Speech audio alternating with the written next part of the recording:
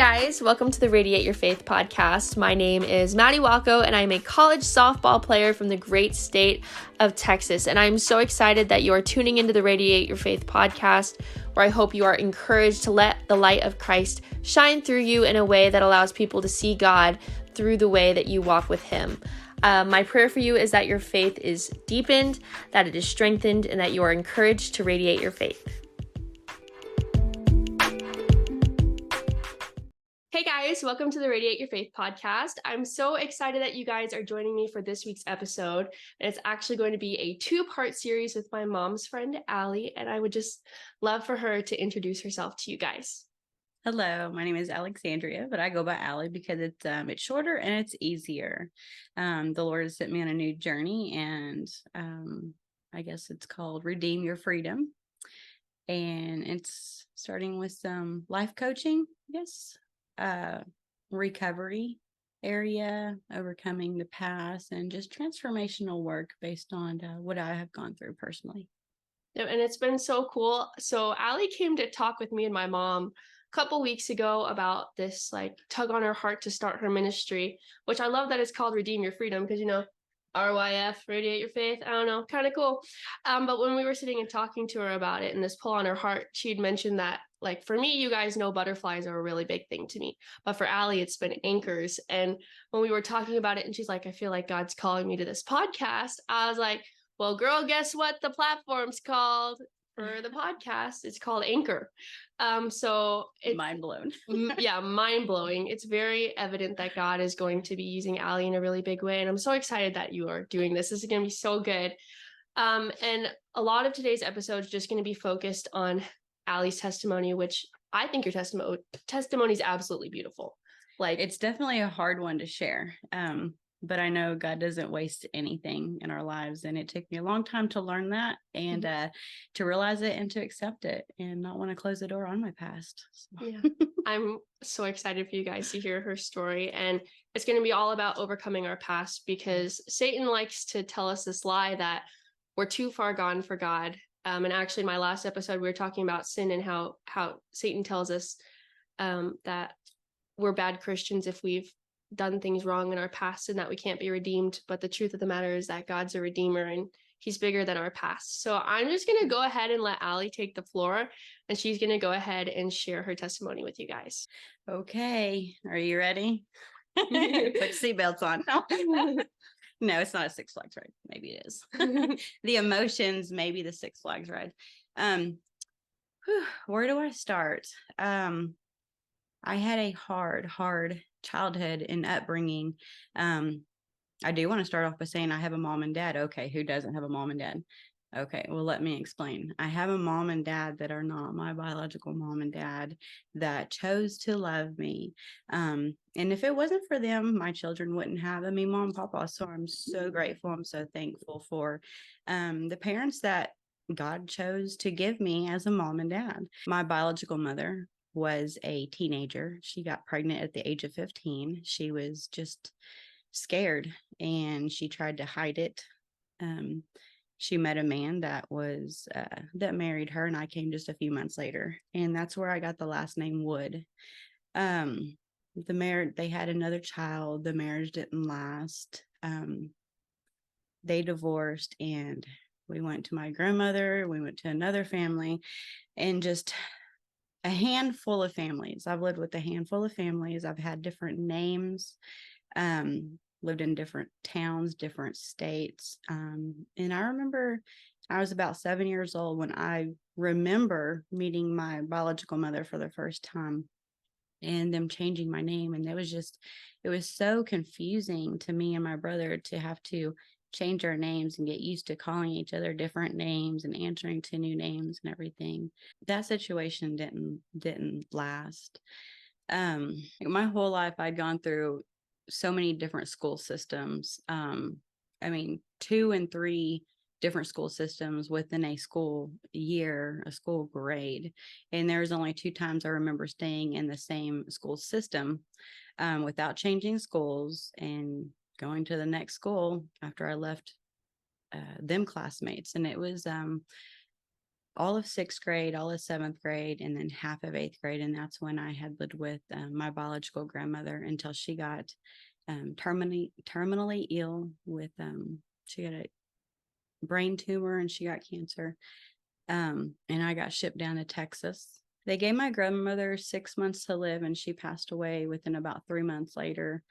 And by the time she passed away, my mother had been locked up.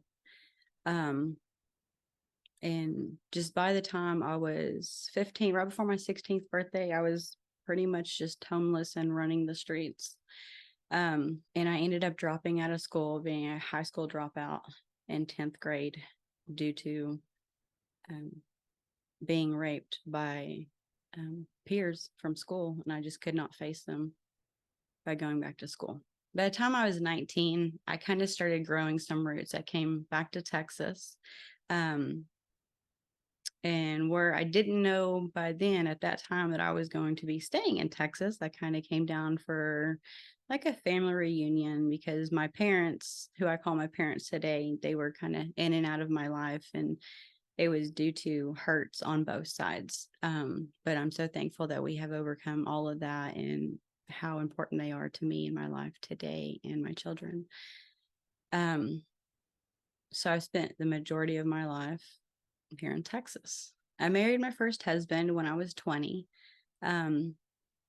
And one thing I knew that I didn't want in life was I didn't want to be involved with drugs and alcohol, because that played a huge part of the abuse and the abandonment and everything I had been through in my life.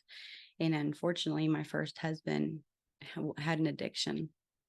And we got married because I was pregnant with my daughter. We had my daughter. The marriage didn't last. He went to prison. After I had my daughter, I didn't expect to have postpartum depression. And that's pretty much what caused me to fall off on the deep end. Although I was just against drugs and alcohol, postpartum depression caused me to fall into the trap of drugs and alcohol and going down that road. And it was a really hard road.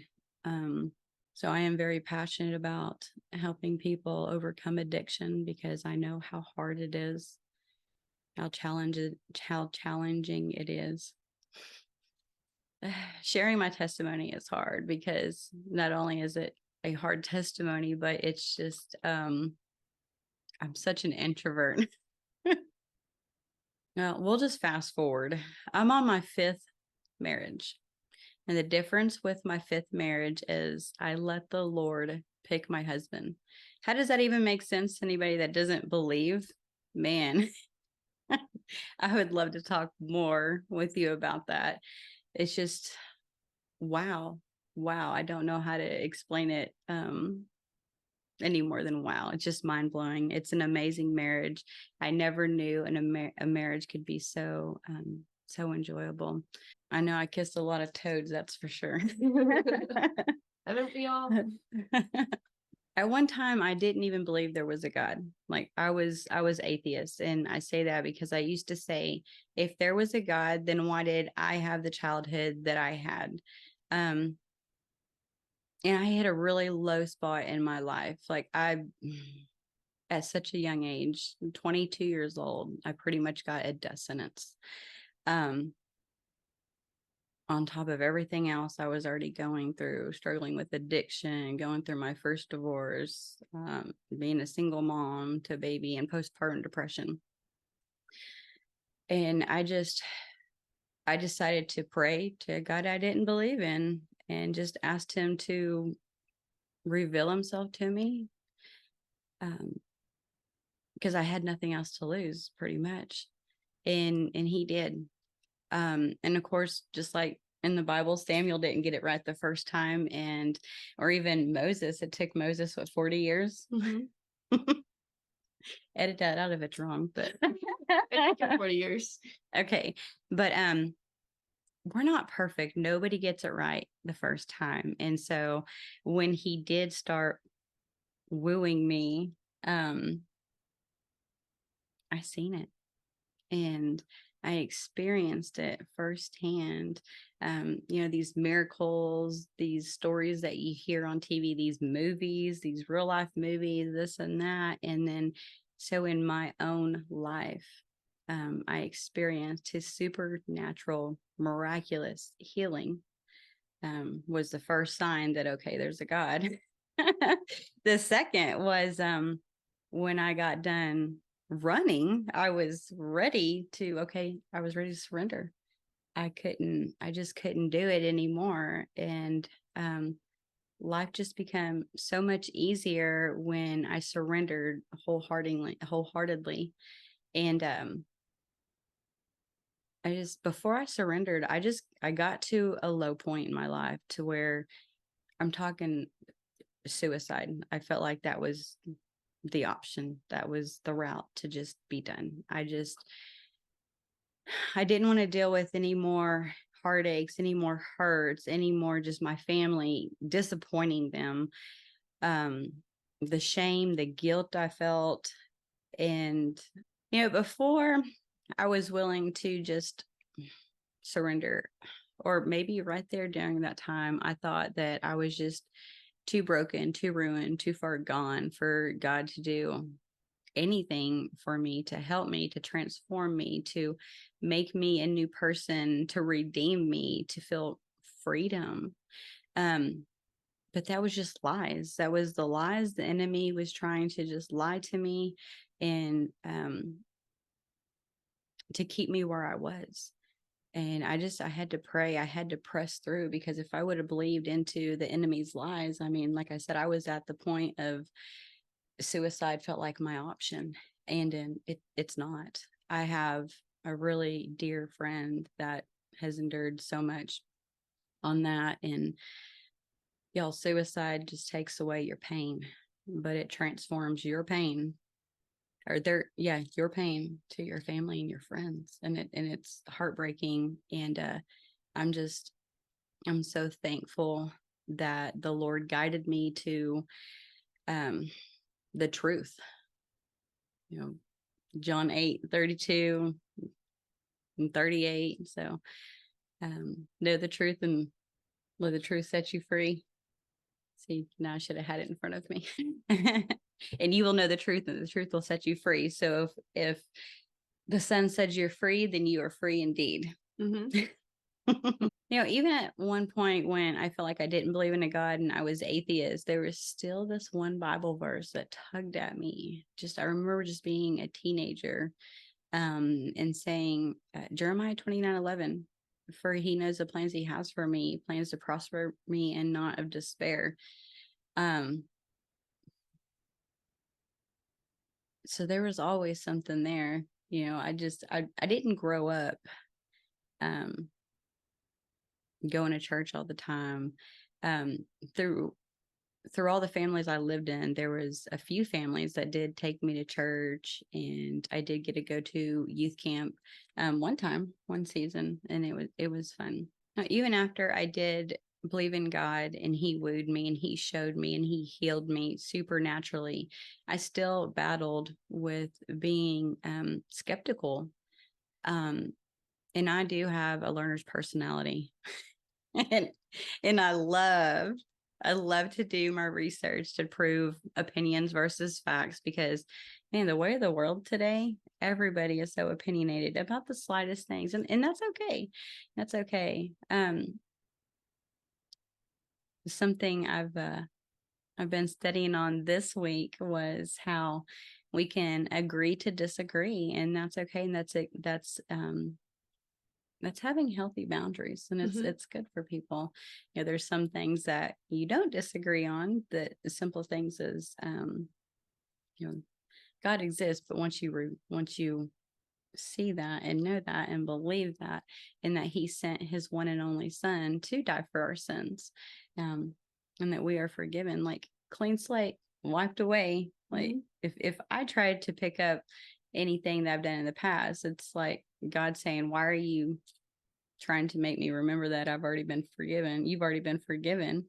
But then also he'll use my past too as reflections of showing me where his hand was, what he has brought me through, and to use my story to help other people who are stuck or maybe hurting where I was and stuff. And I'm just so passionate about helping women in that area because I was one of them. And it was hard for me to open up to women, to talk to them. I used to think I had boundaries. And what I didn't realize was a boundary is not a wall. There's two different things. A boundary is more like a fence. And with a fence, you have a gate. So you can let the bad out, you can let the good in. With a wall, it's just a flat wall. The bad is stuck in and the good is stuck out. So there's a huge difference there. Like the brokenness of our stories. I don't know. This was probably a year ago or so, but I remember there was one time I was outside and I was looking at the clouds. You know, like when there's like broken parts in the clouds, the light kind of shines through and it's so pretty. I think the same thing's true in our stories, like the broken parts where God's able to shine through the brightest. And it's really easy to want to hide that and be ashamed of it, but that's what Satan wants. But God wants to use the broken parts of our story to show just how good and how much of a redeemer he is. Absolutely. Absolutely. Well, guys, that was Allie's testimony. I love hearing her testimony. I think it's, again, so beautiful how God uses our brokenness to just glorify him. Like, it's so cool. Nothing we go through is wasted. There's no mistake that you can make that keeps God out of the story. Like, he loves you and he wants to be a part of your brokenness and to be a redeemer for you. And I'm just so grateful you were on for this episode. And if you guys want to tune in for next week, we're going to go a little bit more in depth with her story and go through some questions just about what it really means for God to be a redeemer and how our past shouldn't hold us back from God's love. So I thank you guys so much for watching this episode, and I hope you are encouraged to radiate your faith.